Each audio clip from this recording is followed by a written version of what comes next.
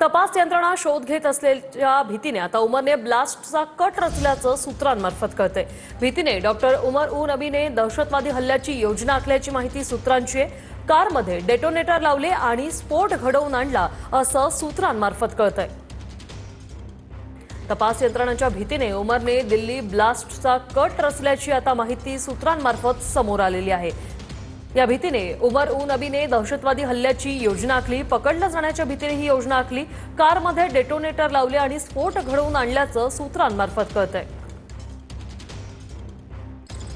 तर उमरच्या आईला पोलिसांनी ताब्यात घेतलं। उमरला त्याच्या आईने कॉल केलेला। आता कॉल करू नको असं उमरने सांगितलं।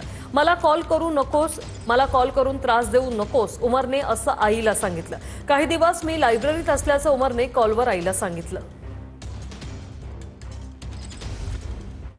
उमरची आई आणि दिराला पोलिसांनी ताब्यात घेतल्याची उमरच्या वहिनीची माहिती आहे। उमरवर मला विश्वास आहे की ते असं काही करणार नाही असं उमरच्या वहिनीने म्हटलंय।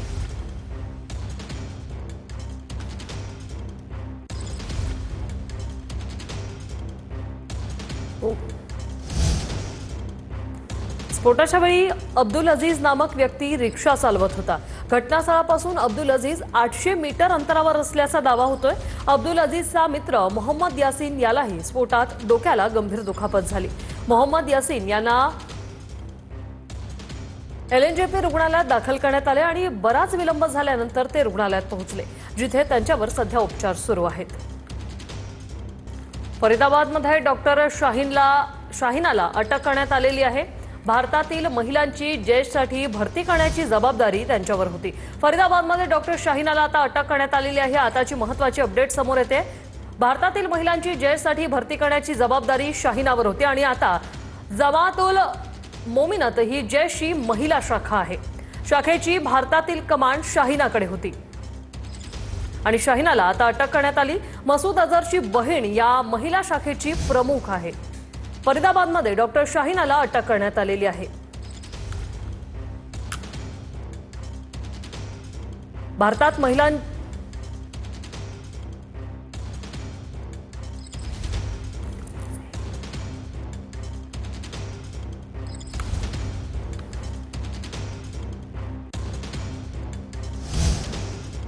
फरीदाबादमध्ये डॉक्टर शाहीनाला अटक करण्यात आलेली आहे। एक अपडेट समोर येते। भारतातील महिलांची जैश संघटनेसाठी भरती करण्याची शाहीनावर जबाबदारी होती। जमातुल मोमिनत ही जैशची महिला शाखा आहे आणि मसूद अझहरची बहीण या महिला शाखेची प्रमुख आहे। त्यामुळे पुढील बातमीकडे। उमरची आईला पोलिसांनी ताब्यात घेतलेला आहे अशी वहिनीने माहिती दिलेली आहे। उमरवर मला विश्वास आहे की ते असं काही करणार नाही असं उमरच्या वहिनीकडून TV9ला प्रतिक्रिया देताना सांगण्यात आलंय।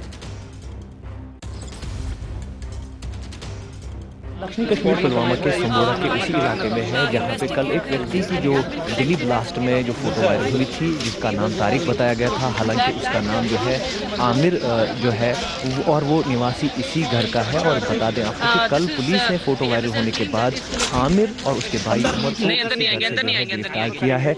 तो कहीं ना कहीं जो है बता दें आपको कि ये जो कनेक्शन था वो इस हिसाब से एस्टेब्लिश हुआ कि कहीं आमिर ने वो गाड़ी जो है खरीदी है और उसके बाद से जो है वहाँ पे ब्लास्ट में वो गाड़ी यूज़ हुई है।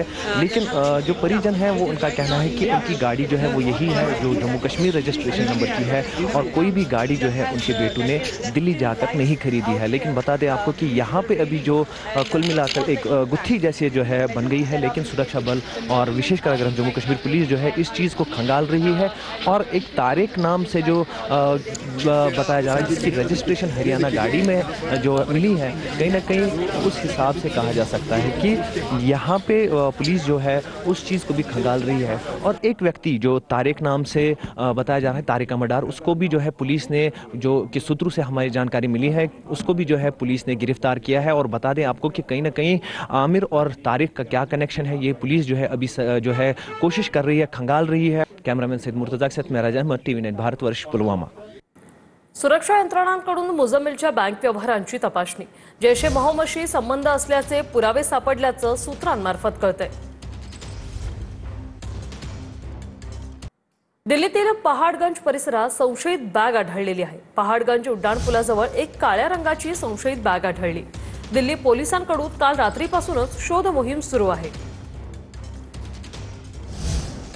दिल्ली स्फोटानंतर पोलिसांकडून अल्फला विद्यापीठात शोध मोहीम सुरू आहे। फतेपूर, तागागाव, धौज गावात शोध मोहीम सुरू आहे। दिल्ली स्फोटानंतर पोलिसांकडून आता शोध मोहीम सुरू करण्यात आली आहे। दिल्लीतील स्फोटानंतर तुळजाभवानी मंदिर शिर्डीत सुरक्षा वाढवलेली आहे। दिल्लीतील स्फोटानंतर आता भाविकांची तपासणी सुरू करण्यात आलेली आहे। संपूर्ण मंदिर परिसरात सुरक्षा वाढवण्यात आली। तुळजाभवानी मंदिर परिसरात सुरक्षा वाढवण्यात आलेली आहे। सर्व भाविकांची पूर्ण तपासणी करून बॅगांची तपासणी करून आता त्यांना आत सोडलं जात आहे। दोन दृश्य आहेत, तुळजाभवानी मंदिराची आणि शिर्डीची। राजधानी दिल्लीमध्ये काल सायंकाळी एका कारमध्ये ब्लास्ट झाला आणि त्यानंतर शिर्डीच्या सुरक्षा व्यवस्थेतही मोठा बदल करण्यात आलेला आहे। भाविक जे दर्शनासाठी येत आहेत त्यांची कसून तपासणी जी आहे ती सुरक्षा कर्मचाऱ्यांद्वारे करण्यात येत आहे। हँड मेटल डिटेक्टर असेल, त्यासोबत फ्रेम मेटल डिटेक्टर असेल, त्यासोबत स्कॅनरची व्यवस्था देखील दर्शन रांगेमध्ये करण्यात आलेली आहे। आणि जे भाविक दर्शनासाठी जातात त्यांच्या बॅग असतील, त्यासोबत महिलांच्या पर्स असतील, याची देखील तपासणी करूनच त्यांना आतमध्ये सोडण्यात येत आहे। खरं तर शिर्डीतील साई मंदिरामध्ये दररोज लाखो भाविकांची गर्दी असते आणि त्यामुळे अनेकदा शिर्डी साईबाबा संस्थांना देखील धमकीचे मेल प्राप्त झालेले आहेत। त्या अनुषंगाने BDDS पथक असेल, त्यासोबत पोलीस कर्मचारी असेल, यांची कायमच तैनाती या परिसरामध्ये असते। मात्र एखादी घटना घडली त्यानंतर पुन्हा एकदा पोलीस आणि संस्थान जे आहे ते अलर्ट मोडवर येत असतं। मनोज गाडेकर, TV9 मराठी, शिर्डी, अहिल्यानगर।